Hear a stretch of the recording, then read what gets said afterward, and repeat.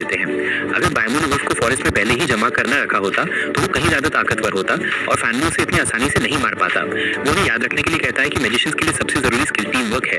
वो बायमू से कहता है कि वो अपनी मजबूत रैंकती आइस एबिलिटी का इस्तेमाल दुश्मनों को जमा देने के लिए अटैक की तरह इस्तेमाल करने के बजाय टीम की रक्षा के लिए करे। वो सियाओ को टीचर के साथ मिलकर टीम की सुरक्षा करने के लिए कहता है, लेकिन टीचर सोचते हैं कि वो ऐसा नहीं कर सकती क्योंकि मॉन्स्टर का सामना होने पर वो मैजिक का इस्तेमाल करने से बहुत ज्यादा तनाव में आ जाती है। टीचर उसे दिलासा देने की कोशिश करती है, तभी आइजू अपनी छोटी सी ताकत का इस्तेमाल करके उसे बेहोश होने से पहले अपनी क्षमताओं पर और ज्यादा भरोसा करने के लिए कहता है। इससे बाकी लोगों को उसके गहरे जख्मों का पता चलता है जिनसे खून बहना बंद नहीं हो रहा है। टीचर कहते हैं कि साधारण बैंडेजेस और फायर से खून बहना बंद नहीं होगा, उसे एक हीमोस्टैटिक एजेंट की जरूरत है जो उन्हें पास की फार्मेसी से मिल सकता है। फैनमो से लेने के लिए आगे आता है, लेकिन आइजू उसे रोकने की कोशिश करता है और कहता है कि उसे बचाने में समय बर्बाद करना बेकार है।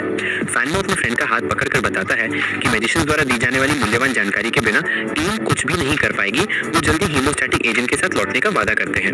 शहर से बहुत दूर फैनमो के पिता मिस्टर म्यू और डाओ के साथ सेफ्टी बैरियर की ओर दौड़ पड़ते हैं, लेकिन बदकिस्मती से एक टायर पंचर हो जाता है और कार रुक जाती है। पिता बेचैनी से टायर बदलने की कोशिश करता है। मिस्टर म्यू से कोई मदद न मिलने पर वो निराश होकर म्यू से मदद की गुहार लगाता है, लेकिन देखता है कि पैसेंजर सीट खाली है। वो उसे बताता है कि उसे स्काई मैजिक हाई स्कूल के एक स्टूडेंट को ढूंढने और उसकी रक्षा करने का काम सौंपा गया है। ये अनुमान लगाते हुए कि वो फानमो की बात कर रहा होगा, वो ये काम पूरी तरह से उसे सौंपने का फैसला करती है और अपना बाकी समय सीक्रेट स्प्रिंग के लिए ब्लैक क्यूरिया को अपनी ओर आकर्षित करने में लगाती है।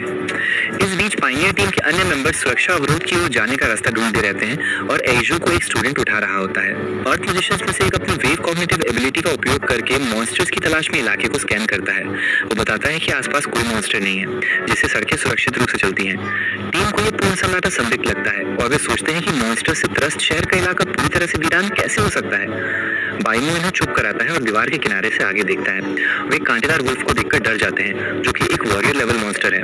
बायमू समझाता है कि मॉन्स्टर्स के 3 स्तर होते हैं। सबसे निचले स्तर पर स्लेव, उसके बाद वॉरियर और सबसे अंत में भयानक कमांडर का स्तर है। अब तक जिन साइक्लॉप्स और एक आंख वाली वुल्फ का हम सामना कर चुके हैं वे स्लेव स्तर के हैं, पर वॉरियर लेवल मॉन्स्टर उनकी पहुंच से बहुत दूर है।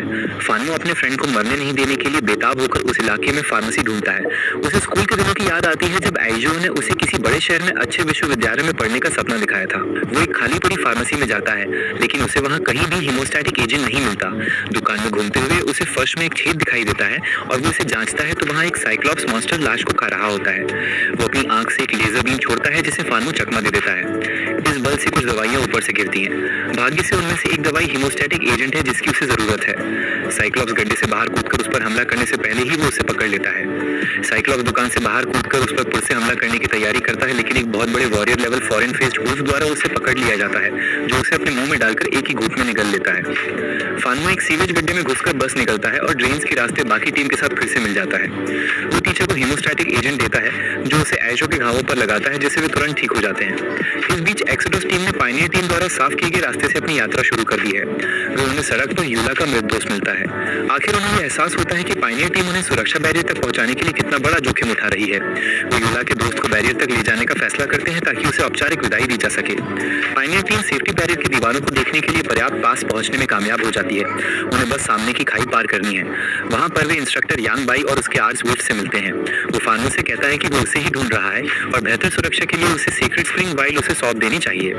कुछ गड़बड़ होने का आभास पाकर फानमो पीछे हट जाता है और कहता है कि वो वाइल सीधे कमांडर को सौंप देगा। कोंगजान यांग बाई अपना असली रूप दिखाता है और वाइल हासिल करने के लिए फानमो को मारने का इरादा करता है। वो फानमो से आखिरी बार के लिए वाइल सौंपने के लिए कहता है और ऐसा करके वो उनकी जान बख्श देगा। इससे ये पुष्टि हो जाती है कि यांग बाई ब्लैक क्यूरिया का हिस्सा है, यानी सीक्रेट स्प्रिंग किसी भी कीमत पर उसके हाथ नहीं आ सकता।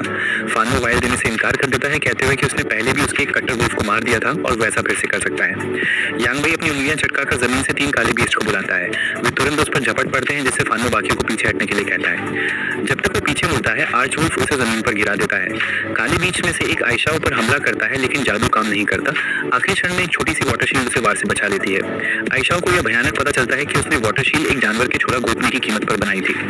सारा ध्यान उस पर चला जाता है और एक थंडर मैजिशियन उसे जानवरों से बचाता है। एक तूफान के साथ स्टूडेंट्स मिलकर तीनों काले बीस्ट को मार गिराने का काम करते हैं, जबकि आयशाओ हाई की मदद के लिए दौड़ता है। वो कहता है कि उसे खुशी है कि उसने आखिर में अपनी शक्तियों का इस्तेमाल किसी की रक्षा के लिए किया। आयशा उस पर अपने आप को खतरे में डालने के लिए चिल्लाती है, लेकिन वो अपनी आखिरी सांसों में उसे बताती है कि उसने ऐसा इसलिए किया क्योंकि वो उसके लिए बहुत महत्वपूर्ण है। इसके बाद उसकी आंखें बंद हो जाती है और वो आयशाओ की बाहों में गिर जाती है। चौकी पर कांग जियांग को खबर मिलती है कि पेट्रोल टीम 4 का एक सदस्य शुरुआती हमले में बच गया है। बचे हुए सदस्य का आरोप है कि फ्लेयर्स भेजने वाले लाइट मैजिशियन को तीसरे फ्लेयर्स भेजने से पहले एक पालतू आर्च वुल्फ ने मार दिया था। इस जानकारी के साथ चौकी में आर्च वुल्फ रखने वाले एकमात्र इंस्ट्रक्टर यांग बाई पर कमांडर को शक होता है।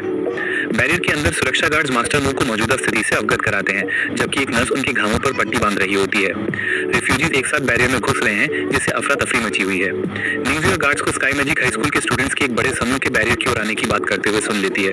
इस उम्मीद में कि फानमू अभी भी जिंदा है, वो अपनी मदद के लिए बैरियर से बाहर निकलने की कोशिश करती है, लेकिन मास्टर मू उसे ऐसा करने से मना कर देते हैं और गार्ड्स को आदेश देते हैं कि वे सुनिश्चित करें कि वो उनकी इजाजत के बिना वहां से ना जाए। फानमू अभी भी आर्च वुल्फ के पंजों में फंसा हुआ है और देखता है कि उसके और भी दोस्त क्षतिग्रस्त हो रहे हैं। वो अपनी फायर और थंडर दोनों शक्तियों का प्रयोग करके आर्च वुल्फ को फेंककर स्वयं को मुक्त कर लेता है। यांग बाई कहता है कि चाहे वो कितनी भी कोशिश कर ले, अगर वो सीक्रेट स्प्रिंग नहीं देगा तो उसके दोस्त मर जाएंगे। फानमू सीक्रेट स्प्रिंग बाहर निकालता है, लेकिन उसे इंस्ट्रक्टर को देने के बजाय उसे खोलकर पी जाता है।